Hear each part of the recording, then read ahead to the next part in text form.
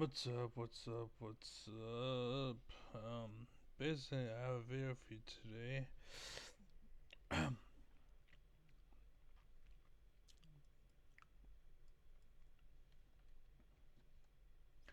First off, I had left a comment. The comment is, as always, your reasoning is wrong. Basically, now we won't have to show you the comment anymore. Okay. Get your own. They're not paying me to say that. They didn't send me one for free either. I'm just telling you about it because I think it's cool. When these three metal parts are combined, they behave in a really strange way. I actually tried to get something like this made many years ago and completely failed, and then I recently discovered that a company was making them as a kind of fidget toy. What makes it behave strange? So real quick, I didn't plan on it, but I seriously doubt he tried to make this years ago. I doubt it, 100%. I doubt it. He may have thought about it or may claim to have thought about it or something along those lines, but I doubt he'd try to make it because to make something like that, it's really fucking hard. But go ahead. Strangely, is the fact that it's precision engineered to create this crazy tolerance between these two parts to the point where it's almost airtight. And you can actually hear the friction between the two parts, which makes the following behavior even more surprising. Look what happens when I spin the top like that. It just spins and spins. Actually, you can't really see that. Let me put this marker on it. Okay, you should be able to see it go. Isn't that amazing? So even though you can hear friction between the parts when I'm moving them with my fingers, that's because the piston isn't lying perfectly straight inside the housing, and so the distribution of air between the parts isn't symmetrical, right? It's wonky. But by spinning the thing, I'm dragging that wonky air around, and it's creating an even cushion of air. So, yeah, his reasoning is wrong. And it's Steve Mold, and he gets a lot of attention because of God knows why. Probably because he, what's it called, things he talks like he knows, and the world likes to make you as stupid as possible, and by feeding you false alphas, that's kind of what they've been doing lately. Is why lie to you when we can get some idiot who thinks he's telling the truth to go and lie to you, but he thinks he's right and you think he's right, so that when test day comes and you all fail and you wonder why, this is why, right? But no, the reason why that happens has nothing to do with you in the air. You are not doing anything to the air.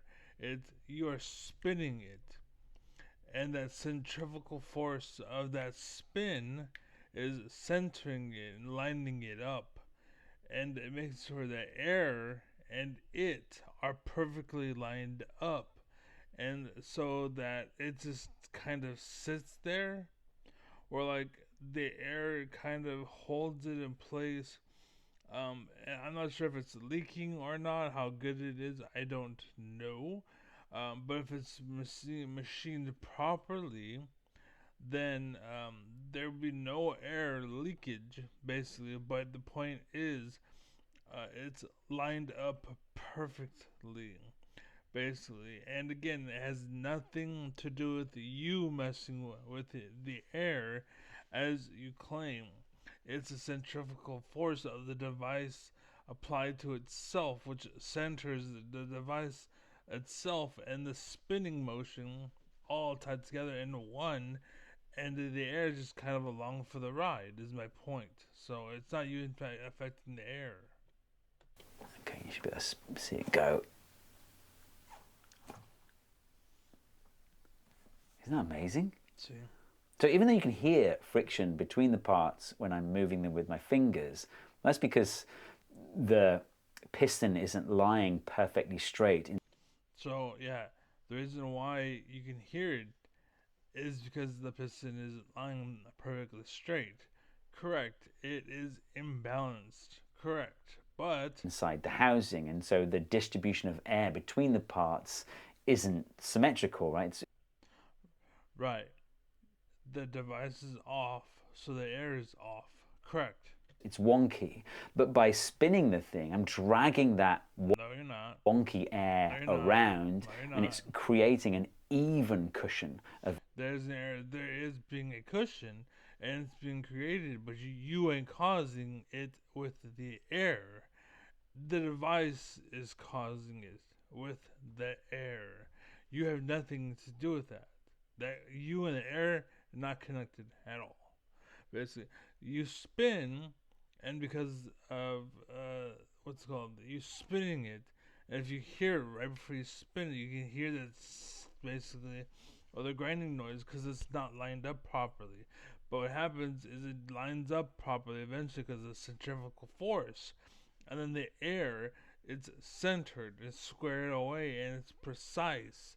And that's why I said it depends on how flush it actually sits and rests. Can it hold and maintain, or if it'll slowly spin and slowly it'll sink and then it'll leak, basically, or if it stays and goes nowhere, basically because it's perfectly flush. And basically, again, the air, it's kind of just there, but it's because of the spin being centered that it doesn't leak. As that's what it is. It's the spin. You spin, it causes the air to do. It's the air is doing whatever the fuck it wants to do, but you had nothing to do with that. And you're trying to say that, and the point that is, or that I'm trying to get here, is that Mold actually is not smart. Basically, he is what I call false alpha, or a reporter who reports on reports, basically. But he doesn't actually think. He remembers it to remember it, and he doesn't actually learn to understand. He learns to remember as opposed to learning to understand. Basically, like me personally, looking at this thing, I don't know anything about this and the whole situation, but I know enough about mechanics and the engineering and the whole procedure, blah blah blah, like about the world in general. I understand enough about the world that I can apply that understanding to this, and so now I can see the mechanics perfectly in my head, and that allows me to be able to say, "No, Steve Mold, you're wrong." Basically, you aren't touching the air. In fact, you have no effect on the air at all, basically. And to be honest with you, I would argue that the air's gonna do whatever the fuck it wants to do. To be completely honest with you, but again, because the device is centered and because it's spinning, the centrifugal force basically is what does it because it's machined so properly and so well that it's perfectly circular, right? Because it's perfectly fit, because it's perfectly grounded to be perfectly, it does what it does. It has nothing to do with what you're saying. Anyways, that's it. Be well, be happy, be safe, be strong. I love you. Be smart, be intelligent, be intellectual. I don't want a girl who is just a fuck toy, right? I want a girl who is someone who's fun to argue with, someone who's fun to engage with, someone with a brain, and then once we have that, we get to worry about fucking. But yeah, anyways, the matter is peace.